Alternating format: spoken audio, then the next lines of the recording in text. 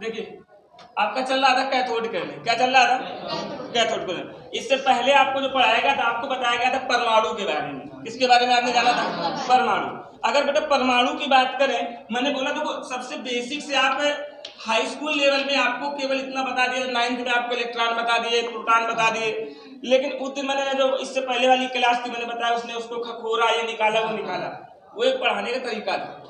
क्या एक्चुअली में ऐसे कोई हो जाएगी क्या? ऐसे नहीं होगी।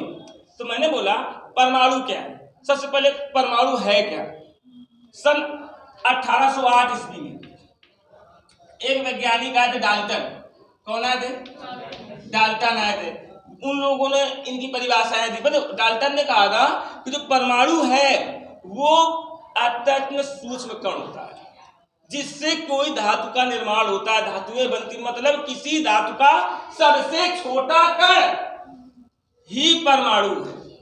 मतलब ये चाक है और चाक ऐसे किया, इसको साफ किया, जो कण गिरा वही परमाणु। तो किसी धातु का सबसे छोटा कण क्या होता है? परमाणु होता है। क्या होता है? परमाणु। तो परमाणु सबसे छोटा ईटा है, ये दीवार बनी है तो इसका सबसे जो छोटा इकाई है, जो ईंट है, पूरी दीवार कई ईंटों से मिलकर बनी है, सबसे छोटी इकाई क्या हो गई? परमाणु। बस समझ आ रही? तो परमाणु जो है, जब परमाणु सबसे छोटी इकाई होती, कैसी होती बेटा? छोटी इकाई। परमाणु की खोज हो गई तो सब लोगों ने 80 साल तक यही जाना कि परमाणु जो है वो छोटी इकाई है, और ये कोई नहीं जानता था परमाणु के अंदर इलेक्ट्रॉन होता है, प्रोटॉन होता है, किसी को नहीं पता था। लेकिन हाँ, अब हम लोग जानते हैं कि परमाणु के अंदर इलेक्ट्रॉन, प्रोटॉन और न्यूट्रॉन होते हैं। नाभिक जो होता है परमाणु का, नाभिक में हमारा न्यूट्रॉन और प्रोटॉन होता है, और परमाणु जो नाभिक के चारों ओर इलेक्ट्रॉन क्या लगाते हैं? चक्कर लगाते हैं। ये चीज हम लोगों ने पढ़ी, इसमें किसी को दिक्कत थी? लेकिन आज हम बिल्कुल बेसिक से सीखेंगे एक्चुअली में इलेक्ट्रॉन कैसे जाने, कैसे पता किया कि ये इलेक्ट्रॉन है, और कैसे जाने हम कि इलेक्ट्रॉन माइनस में होता है। इसके लिए क्या किया गया? सबसे पहले कांच का एक खोखला गोला लिया गया। क्या लिया गया? कांच का एक खोखला गोला लिया गया। कांच का जब खोखला गोला ले लिया गया, कांच के खोखले गोले में क्या किया गया लाला? देखिए, सबसे पहले कांच का खोखला गोला लिया गया, ऐसे था, क्लियर है? इसके बाद यहां पर छड़ें लगा दी गई इलेक्ट्रोड की। क्या छड़ें लगा दी गई? इलेक्ट्रोड की लगा दी गई छड़ें। छड़ें लगाने के बाद में यहां पर एक पंप लगाया गया, इसका नाम है निर्वात पंप। क्या नाम है? निर्वात पंप। बड़े आराम से समझिएगा, हमको ये चीज आज सीख रहे हैं कैसे। तुम लोग खपवा रहे थे इलेक्ट्रॉन नहीं निकल गया, वो एक तरीका था ताकि याद हो जाए, हंस के पढ़ लिए। तरीके पढ़ाने के कई होते हैं, अब आपको बेसिक के अंदर घुस के बताया जा रहा है कि कैसे खोजा गया। तो एक निर्वात पंप लगा दिया गया। क्या लगा दिया गया? निर्वात पंप। निर्वात पंप क्यों लगाया गया? क्योंकि ये जो कांच का खोखला गोला था, यहाँ पे भाई जो लोटा है, तो क्या लोटे में ऑक्सीजन नहीं है? इस कमरे में नहीं है, गैसें समा होती हैं। तो इसमें गैसें जो थी, उन गैसों को बाहर निकालने के लिए प्रेशर था, प्रेशर से पूरी गैस को कहाँ निकाल लेगा? बाहर, और अंदर क्या करेगा? निर्वात कर देगा। क्या कर देगा? निर्वात। मतलब दाब जो है कम हो जाएगा, गैस खत्म, दाब खत्म। बस समझ। तो निर्वात पंप लगा दिया जिससे इसकी सारी गैसें ऊपर खींच ली गई। इसके बाद में क्या किया गया? इस इलेक्ट्रोड को एक तार धारा से जोड़ दिया गया, और यहां पे ऐसे कुंजी को सेट कर दिया गया।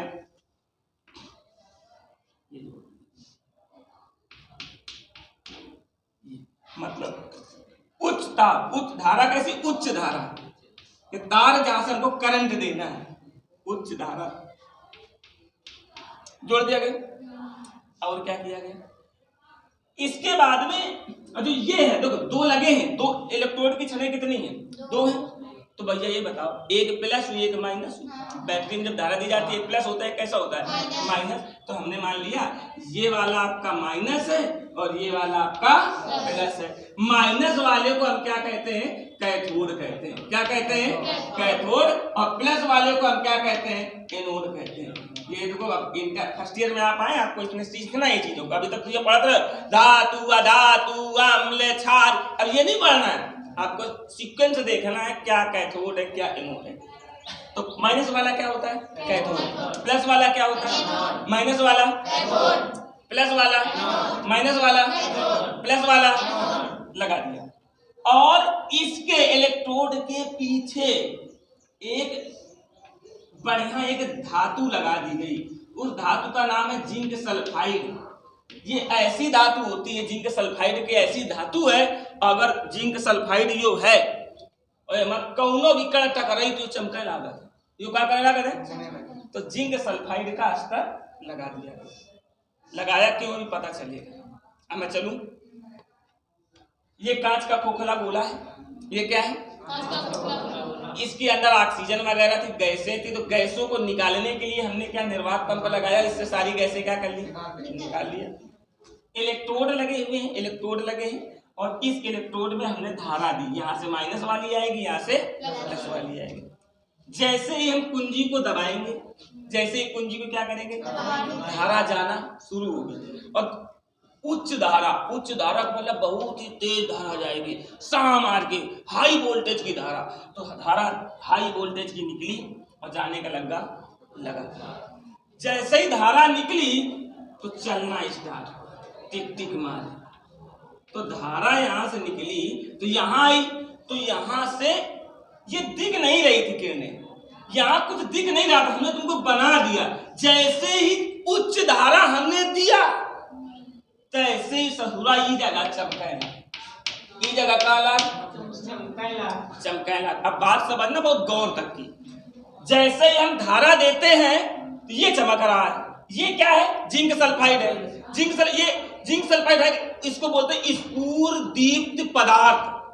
केमिस्ट्री के लैंग्वेज में क्या बोलते हैं? स्फुरदीप्त पदार्थ। का कह न पावा तो हमको समझ जाओ जिंक सल्फाइड है ना, बात समझे? तो वहां पे जिंक सल्फाइड का काम क्या हो रहा है? जिंक सल्फाइड का काम ये हो रहा है कि अगर कोई भी हरकत हुई, कोई भी किरण, कोई भी कण, कोई भी गैस अगर इसमें आएगी तो ये चमकेगा।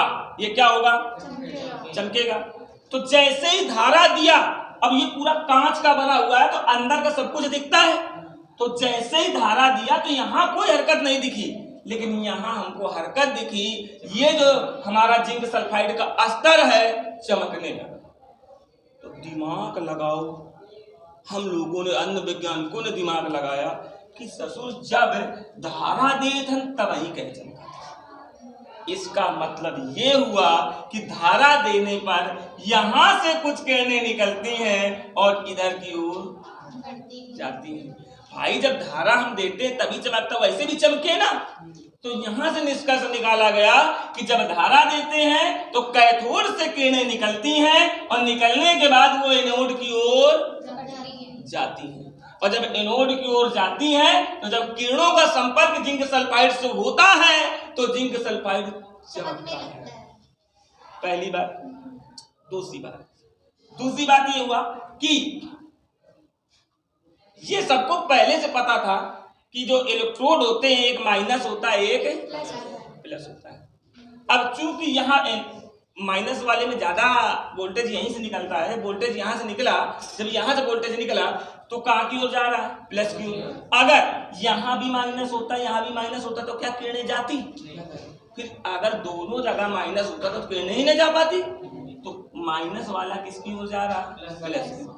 तो दिमाग ये लगाया गया कि जब हम उच्च वोल्टेज यानी उच्च वोल्टेज या उच्च धारा प्रवाहित करते हैं तो कैथोड से कुछ किरणें कहाँ निकलती हैं? बाहर निकलती हैं। कहाँ निकली हैं? और कहाँ की ओर जाती हैं? कहाँ की ओर जाती हैं? एनोड की ओर जाती हैं, और इसी कारण जो जिंक सल्फाइड का स्तर है वो चमकने लगता है। यानी कि कहाँ से किरणें निकलती हैं और जाती किसकी ओर है? तो ये कौन सी किरणें हैं? कौन सी किरणें हैं ये?